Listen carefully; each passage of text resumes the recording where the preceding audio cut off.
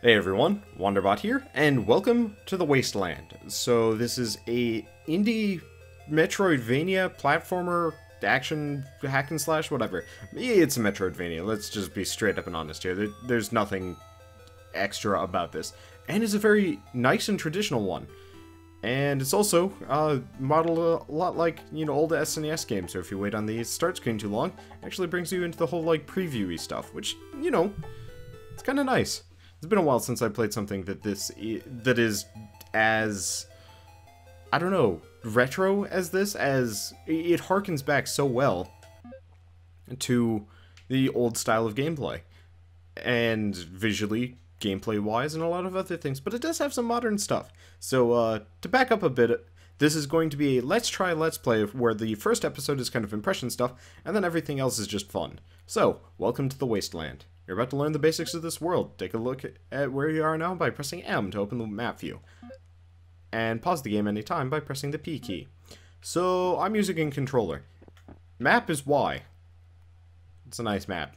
It's kind of hard to tell exactly what's going on, but apparently they have the English version of Hylia up in the corner, which is weird, because, Hylia is Japanese, technically. Oh well. That's enough racism for one day.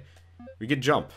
These are magical boots. Now, the interesting thing about this game is there are 3 different difficulties. Easy, medium, hard, but keyed in for the different eras that they would have been appropriate for, which I think is kind of clever. So they have a 2014 mode that's a lot easier, but on 2014 mode, you don't take fall damage. We went with the medium option because I'm not a chump. Probably. I don't know. Whatever. Grab that sword. So, now it's acknowledging that you can in fact use controllers. However, it's one of those where it's acknowledging that you can use random controllers. So it's like joy button 2, and it's like, well, I have an Xbox controller. I don't even know what that means. So, apparently, that snail monster deserved it after all. So, it's pretty basic as far as controls go. It's run, jump. There are multiple different weapons that you can switch between on the inventory management screen. I kind of wish there was like a hotkey for it, where you could switch on the fly, but no, you actually have to go into your inventory for that. Kind of a shame, but at the same time, that's what you had to do back in the Mega Man game, so go figure. See? Way easier to slash it apart. There are more weapons around to be found. Some weapons have special abilities or are better against some enemies. You can change your weapons by going to the menu. So, as I was saying. Now, there are also secondary weapons. And this one's a bow. And you actually have to hold to charge it, so the longer you hold it, the farther the arrow will go, and I believe more damage the enemy will take. And so in this case, enemy can only be hit by the bow and arrow. So it doesn't take too long to charge it up, and you can in fact jump. you can jump and move forward very slightly while pulling back the bow, and it doesn't disrupt the bow at all, but probably better to just kind of sit there and, hold it. And you can hit from a distance to take care of the monster. And there are other types of bows and arrows. This one is an incendiary bow. And so you can also crouch while shooting to hit lower down enemies. It doesn't really give you that much of a height advantage, but there are certain enemies that those arrows are going to go right over. Burn, burn, burn! I like the flavor text in this game. I feel like I should be reading it all out, because when I do read it, it's kind of a little bit out of context, but at the same time, there's a lot to talk about here. So the one thing about the flame arrows is you actually have to hold it for a significant amount of time before it sets on fire. Otherwise, it's just a normal bow and arrow, so probably best that we're just going to stick on that for the rest of the game. And this is teaching you how to do the, good old Link, well, huh. Whatever. That's weird. Oh. I see. Swing first and then press down. I was trying to... Yeah, so if you press both and hold down, the character only does it a little bit. But if you reorient where you're attacking, then it works. That's weird. Anyway. So, this is just telling us how to talk. Press up on the controller to talk to him. Hello, stranger. Good luck on your travels. Well, he was inconsequential. To get inside a building, press up. It's pretty easy. And there we go.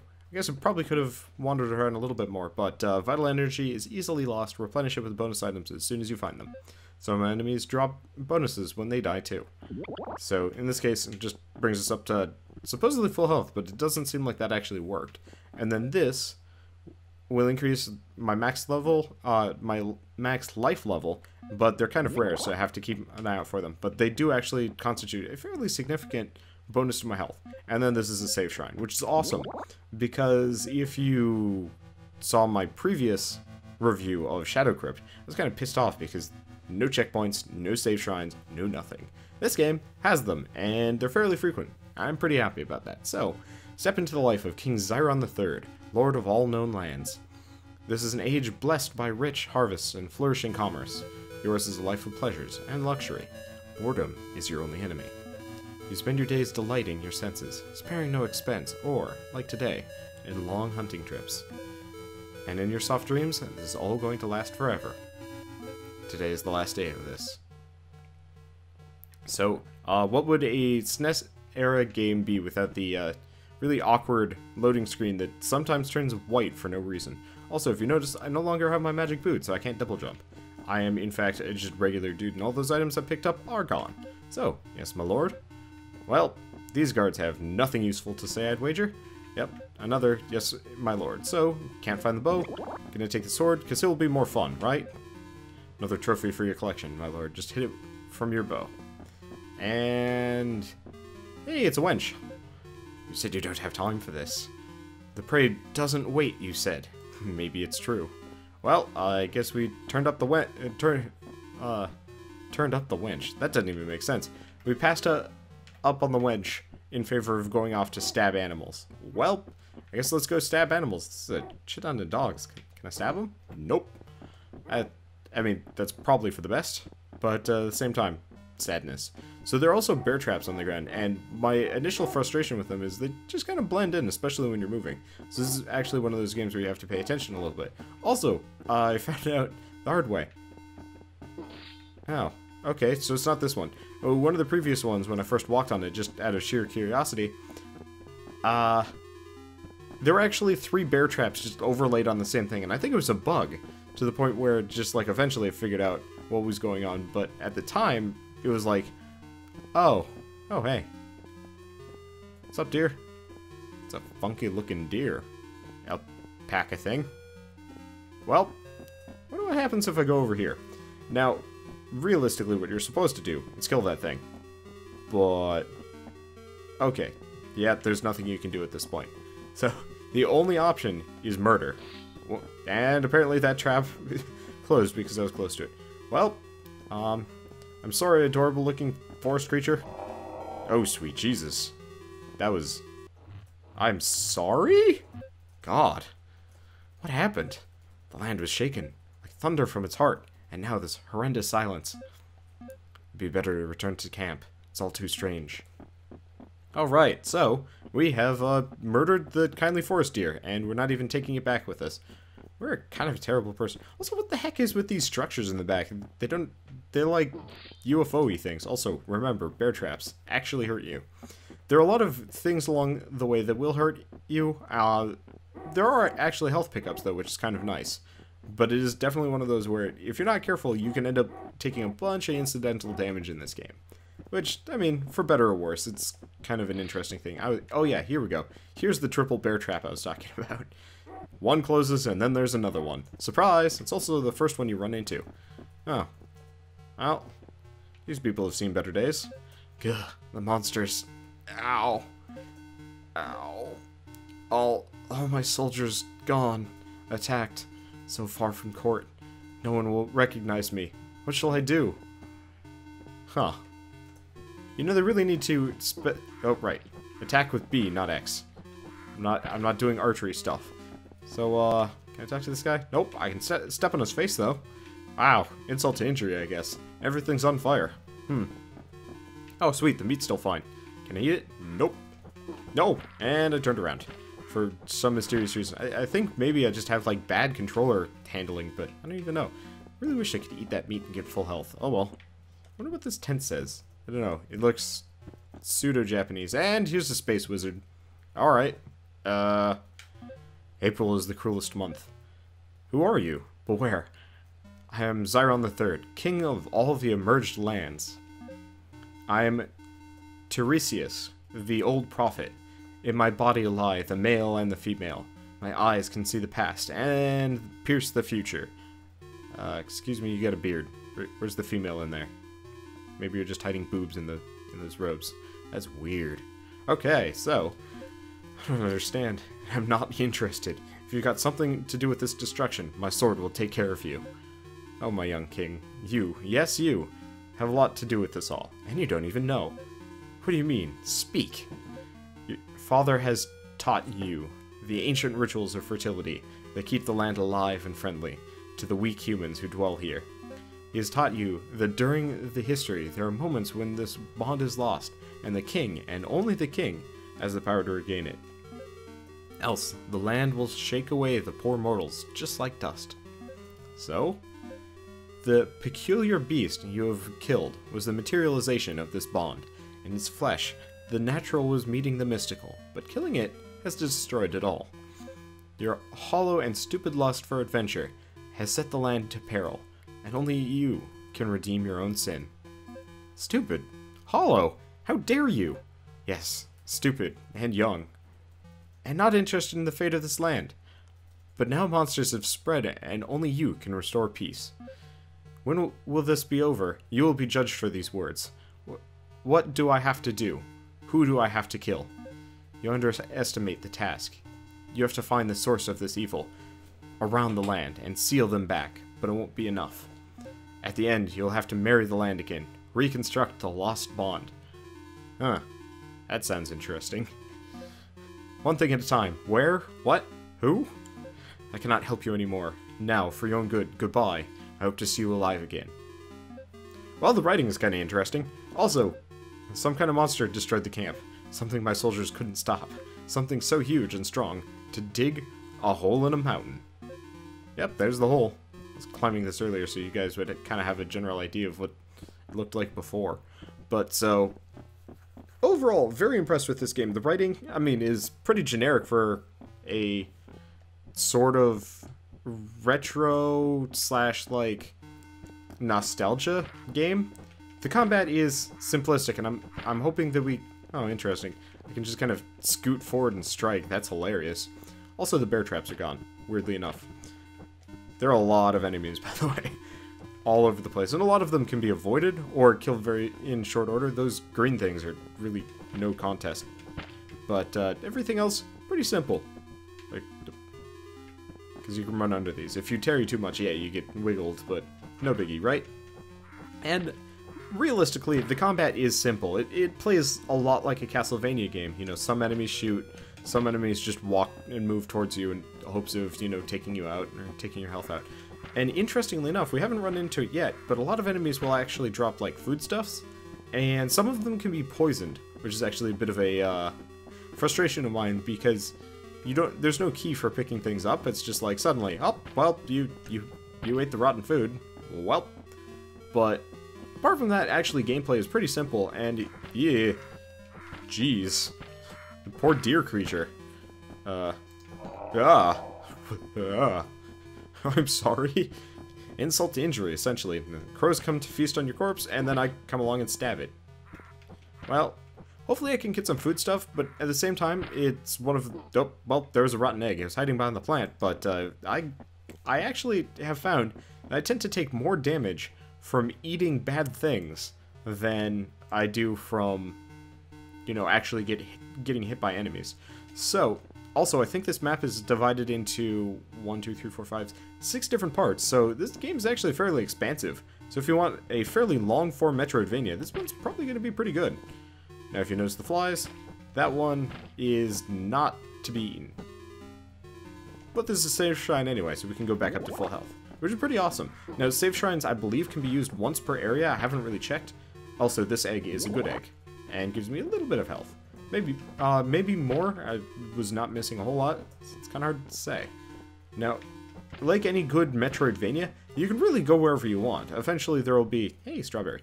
There will be impediments along the way to, you know, prevent you from going to X place. But if you wanted to, I bet you could go, like, a completely opposite direction, end up fighting a boss, do whatever, you know, that kind of business. And I think that's kind of cool. I mean, go figure, it's a Metroidvania, and this one tries to stay about it. Oh, jeez. It's a parasect. I didn't know there were Pokemon. Ow. I didn't know there were Pokemon in this game. I gotta be careful. That poison gas is painful. And unfortunately, I don't have a bow and arrow, so... Oh! Leave me alone. Oh, jeez. I do have... Hey, he dropped something. I was not paying attention, and I'm glad it was beneficial. Sometimes the angle of attack is kind of a problem, because like most Metroidvanias, you can't attack up. You can attack down, though, which is kind of convenient for certain types of enemies, but not this one. I'm trying to kill this just for extra meat. Nope, no meat. Well, no biggie. Because I can just keep stabbing the crap out of everything. Realistically, if you're careful, you can make it through a large amount of this game without taking damage. Unfortunately, I'm not a careful person. Nope. I do kind of wish there's like a dodge roll or like an intentional block that was available in this game, because at the same time, is it like bleeding a little bit as a result of all of this? No? Never mind. Nee. Okay, so the parasects are dangerous in comparison to everybody else, but that's alright. So we got this like forest path up here, and also a blade turtle, which is kind of weird. Well, let's hope it can't hit me with its blade turtliness, and I can just kind of take pot shots at it. So realistically, I am impressed with this game. The writing is decent, the gameplay is nice, and the music is very appropriate for the time. It's, you know, retro style chip. Jeez. Do I want to risk it? Well, it seems like the only way to get to Maros. Unless I take like a really roundabout way. Alright. Oh, jeez. It shoots fire. Oh, but it does... Huh. What if I... Oh, okay, so I can hit it. Gotta bait the fire. And I might actually be able to kill this thing. This just takes a fair amount of effort to bait the fire and get the... Wish I had a bow and arrow for this one. Okay, so you can stun them a little bit too, which is convenient. Nope. Gonna back off from the fire. Okay, so we might actually be able to kill this and get past it, but freaky zombie wolf, that's for certain. Oh, and it exploded. What? Well, and it gave us some actually fresh meat. Sweet. I was a little bit concerned about that. I was like, I lost a fair amount of health to flaming zombie wolf. Well, I think we can go on to Maros, which is good. Because I'd like to go to the first town. I'd like to figure out where I can get that bow, because I think that bow is going to make this entire series a fair amount easier. I have trouble with moths, you know. Town of Maros. Sweet. I hope that wolf never respawns. Oh, well, it's another blade turtle. Questionable. And I believe if I duck a little bit, it actually makes it a little bit easier for me to hit him too. So, suck it, turtle. Okay, so. Oh, is that a... What the hell is this thing? It's like a bat? I guess it's a bat. Well, welcome to Maros. These walls have seen bigger trouble and still stand. How can this priest tolerate having a brothel in this town? Respect our laws. Enjoy your stay. And there's a rope up here that I don't think I can get to with that double jump. Well, welcome to Maros. Respect our laws. Enjoy your stay. Oh, that was the sign that said that, not the brothel lady. Alright. Oh, that's kind of interesting, and it's probably a pretty good stopping point. So, overall, if you like Metroidvanias, I think you'd enjoy this one. It's pretty much on par with old Castlevanias. I think the whole town business might be a little bit obnoxious, just because, like, look at how expensive this place is. Hey, I found the brothel. There's a lady standing outside of it. Kind of obvious. Oh, it's not a rope, it's a gate up here. Gotta stop reading signs. So, do kind of wish I could tell what these buildings were before. Oh, I see. I can't actually go into half of these doors. Okay, that simplifies the issue a little bit. Because there's just a lot of people... Wow. These people are bad-mouthing me. It's like something about the cruel taxes from the king. The greedy king. It's like, wow. Alright, well, apparently I'm a jerk. Greedy jerk, too. And here's the cathedral. Well... oh god, the priest just slapped me because I'm a sinner. Well, let's just leave. So, as I was saying, if you like Metroidvanias, I think this one's going to appeal pretty much to anybody who's like a fan of the genre. It's pretty simple. The gameplay's pretty nice. The controls are very tight. The visuals are, I mean, to me, kind of hideous, but that's because it's, you know, old SNES era. And I kind of prefer the more modern, you know, pretty versions like Velda's Story and whatever. Oh, hey, there's the save shrine. I was looking for this. It's kind of hard to find on the map. That's because it's hiding up at the top, huh? I hope I saved there. I think I did. Anyway, so across the board, very impressive as far as a, you know, Metroidvania goes. I'm hoping that the plot actually manages to be consistently good across the way. The writing thus far has been good and a little bit humorous. Yeah, just everything. And I'm hoping we get some more interesting weapons, because sword and then bigger sword are cool and all, but I would very much like to see, you know, maybe not a whip, because that'd be a little bit too much, but like throwing daggers, or like a downward swooping axe, or something that attacks up, you know, that kind of business. But we will see. It looks like, yeah, you can go into the pause menu and see hearts and whatever. Looks like there are 5 primary weapons and 5 secondary weapons, I believe, considering the bow was on this side, and so it's bow, and then fire bow, and then 3 more. Could actually just be like bow stuff, and I could be completely wrong. Also, it's one of those who, if you have too much trouble, you can actually change the difficulty, which I'm very happy about it. I'm tired of games where it just locks you and it's like, well, you chose hard. Guess you're playing hard for this entire game. Which is kind of a shame. Anyway, as I was saying, the game is good. It's $10 on Steam out now. It's not early access, so you get the full package. It's advertised at about 15 hours of gameplay, though I bet you could probably beat it in 6 without, you know, collecting all the stuff, you know, if you're not a completionist. And I bet speedrunners would probably get a kick out of this game as well, because it's pretty solid as compared to Shadow Crypt. But I would recommend it to pretty much anybody, platformer stuff.